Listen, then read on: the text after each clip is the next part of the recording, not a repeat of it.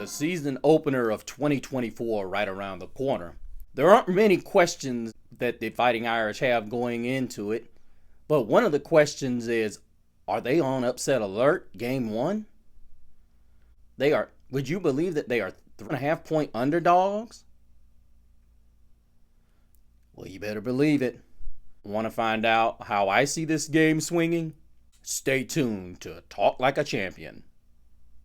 Welcome back, guys. Thank you all for joining us for another edition of Talk Like a Champion. Of course, I am Mr. CeeLo. Welcome you back. Once again, hoping you guys will be able to see what I am seeing, because right now there are a lot of people that don't see what we're looking at right now, which is a Notre Dame team that comes in against the Texas A&M Aggies on Saturday night as 2.5 point underdogs. Now, according to the ESPN Power Index, they've got us winning this game at 57%. Now, I'm going to say this, and I'm going to say this alone. I have seen a lot of journalists and content creators that are speculating that the Notre Dame Fighting Irish are going to win this game. Now, the reality here is we have to look at the facts here. The fact is they have a new head coach. Notre Dame has a new quarterback and a new OC. But he's not new to Fighting Irish Nation. Mike Denbrock has been here before.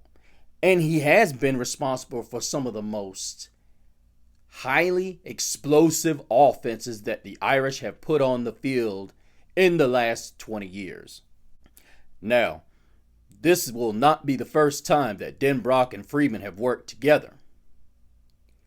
They worked together when he was at Cincinnati, and that offense was not nearly as explosive, but he also did not have as many premier weapons to work with.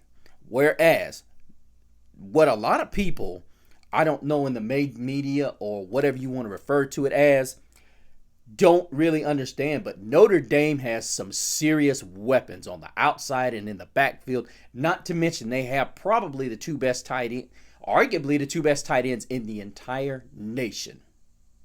What I see as a problem is going to be possibly whether or not quarterback Riley Leonard can keep the mistakes down and pull out a couple of passes a game and prove to the world that he is more than just an athlete playing quarterback. Then you have to look at the idea that the Notre Dame Fighting Irish lost 2 premier starting tackles to the NFL last season. And this offensive line is not proven. Now, I can understand many sports writers' concern when Charles Yagusa went down early in training camp. There were a lot of people that were concerned with this, including myself. But I also have to look at it from the standpoint that this is the University of O-line, the University of the tight end, where we are probably going to slate in true freshman Anthony Knapp, the 6'4", 294-pound freshman, as well as, this is a relatively young offensive line that we're putting here. And then we've even got Emil Wagner at 6'6", 291 at the right tackle. But we can take heart in knowing that it is a big physical offensive line, which has always been a trademark of Notre Dame. When you look here, you've got Billy Schroth at 6'5", 330. Ashton Craig, 6'4", 308 pounds. Sam Pendleton at the left guard, 3'10", 6'4", sophomore, freshman. You've got a young offensive line, but it's really big. Now, I will say that the true weakness between Notre Dame is going to be the offensive line, which is usually a strength, but you could see we had Joe Alt starting as a true freshman. So this is not going to be a situation that Notre Dame's not been in where the offensive line's been young. It's got, I think, if I recall correctly, 6 starts between them. And you've got a tough go when you're talking about Texas A&M's defensive front. But I will look at you and say that the possibility is really in our favor if we can protect. But it's going to be an issue if we cannot get Riley Leonard to understand that what his role is to take his shots when he can. And this is the one thing I can honestly say that I enjoy about having Mike Denbrock back at the controls of the offense again. Is this guy will take shots. He will be a gentleman that is capable of stretching defenses out. He did it at LSU. Now, I know what a lot of people are going to say. They're going to say, well, this ain't LSU's athletes. This ain't LSU's quarterback, and so on and so forth. We don't know that. Jaden Daniels was not who he was at Arizona State. We know that. Well, I mean, I don't know. Maybe some of you guys don't know that. But the reality of it is, as I said, before he came from Arizona State, he was a great athlete, but just very raw and did not have a very attention to detail type offensive coordinator. Now, with that being said, maybe I think this is why Denbrock got the job in South Bend, is basically looking at, okay, maybe he can take Riley Leonard and take those raw tools and make them become something. But that's neither here nor there. The thing that we're discussing is whether Notre Dame can expose the back end of A&M, which has been a huge weakness for them the last couple of seasons. They've always, throughout the history of their program the last 10 years, have had at least one pass rusher that has had NFL-worthy interest. Now, the question remains, do they have that this season? Yes, I think they do. However, Notre Dame and Coach Denbrock is capable of mixing things up, and we're hearing that he's going to run the new age triple option, which would be phenomenal if you ask me. However, it is not going to be good for recruiting.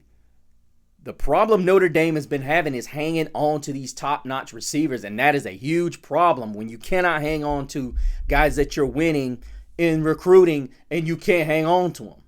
Now, granted, we do got Great House, and we've got a couple of other great athletes out there on that boundary.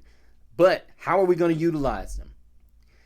The problem is we don't have a program where we're going to have guys that are going to catch 50 and 60 balls a season. That is where they get deterred from coming here. We have to get at least one guy that we're going to force feed the ball. It can't just be guys like Mitchell Evans. We have to get receivers involved. That is imperative. With that being said, do I think that A&M has enough on the back end to stop us? No, and I think Denbrock will expose that. But you have been hearing a lot of people talking about Texas A&M's offense. Now, most people do not know we've got majority of this team returning. Now, we had some key pieces that departed. However, you look at this team and you see you got Bo Collins coming his senior year again. Riley Leonard, not Bo Collins, I'm sorry. Jordan Batella, 6'3", 250. This guy's going to be primed for a big game. Riley Mills, 6'5", 295, the graduate senior who had a breakout season last year, as well as Howard Cross III, 6'1", 288. Undersized nose, but this is a fast line, you guys. These guys are going to be fast. R.G. Oben, another graduate senior, 6'3", 265. Not to mention Jalen Sneed, the guy who's everybody's excited about, 6'1", 224. Picked up some size over the summer and spring. Jack Kaiser back. Drake Bowen, 6'2", 239. And, of course, you got Benjamin Morrison.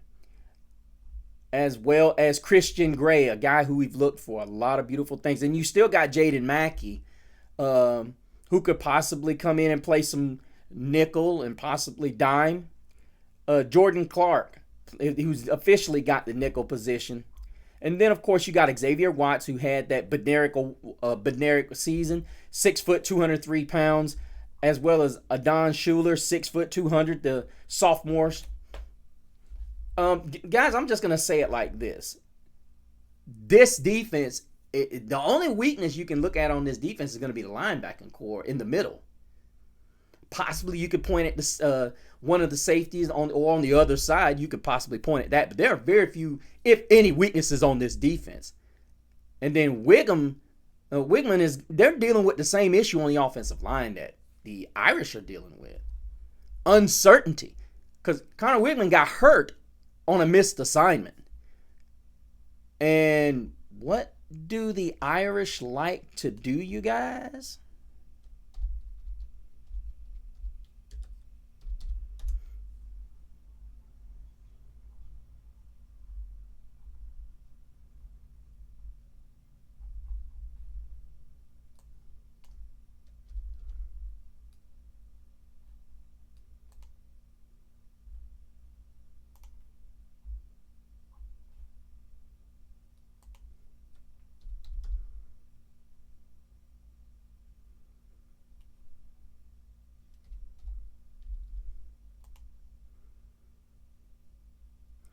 We all know what Al Golden likes to do.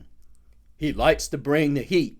And if he is capable of bringing the heat and getting to Connor Wigman is going to have those buzzing going in the back of his head. I think the problem we're looking at is a lot of people are counting out how good Notre Dame's defense can be. And Xavier Watts didn't just get 8 interceptions last year because of luck. He should have had more than that. He had an interception he dropped in the Ohio State game. And he had 2 that he was one step behind and could have obviously laid out and arguably gotten. Xavier Watts has been the perfect deployment in Al Golden's system.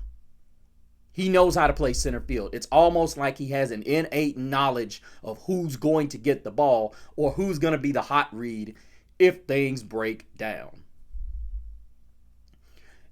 And this is where it gets interesting for Connor Wigman and the Texas A&M Aggies. If they get in a situation where he's running the football, this could be good for them.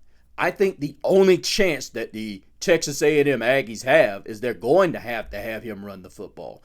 They're not going to be able to throw the ball unless it's going to be extremely short. But it would not surprise me if Al Golden comes with the exotic packages as well as pressing at the line of scrimmage. Now, most people don't realize they're down 2 backs. They have one of their one demons that they felt like was going to be a huge playmaker. He got hurt in camp. Now, with that being said, do I think the Notre Dame defense could actually go on and score? I think they could. Benjamin Morrison is due for another year like he had his freshman year. I don't think that's going to happen because everybody's going to play away from them. But now, this is something to look for. A&M does have 2 really big wide receivers. I think one's a wide out and one's a tight end. This could be huge, but it's all going to be predicated on whether or not this offensive line of A&M can protect. They cost Connor Wigman to miss most of the season, or about half of the season, because he got hit on a missed assignment. That can't happen this season. If it happens in this game, it could be a long night at Kyle Field. Now, finally, do I believe that the Irish have enough to hold this, to win this game in Kyle Field? Of course I do. But it's all going to be predicated on one thing.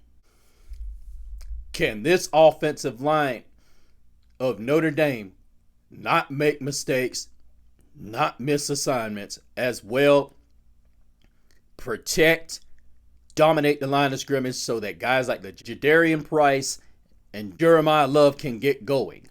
If this offensive line gets these guys going, and you can get offensive offensive coordinator Mike Denbrock to get them in play action situations and a lot of misdirection, running that new age triple option.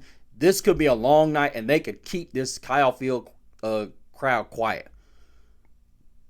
My belief is that Vegas and a lot of people around here got it wrong. I'm going with the Irish, and I would not be surprised if it was a blowout. To me, A&M is not there. You're asking a team to come out with the coach's first game in a new environment, and you're asking him to win it against one of the programs that are the least underrated. If I had to pick a score, I'm going to say 24-10 Irish. But that's going to do it, you guys.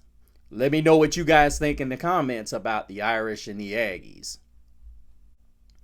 But until we meet again, may the road rise up to meet you. May the wind be always at your back. May the sun rise warm upon your face. May the rains fall soft upon your fields. And until we meet again, may God hold you in the palm of his hand.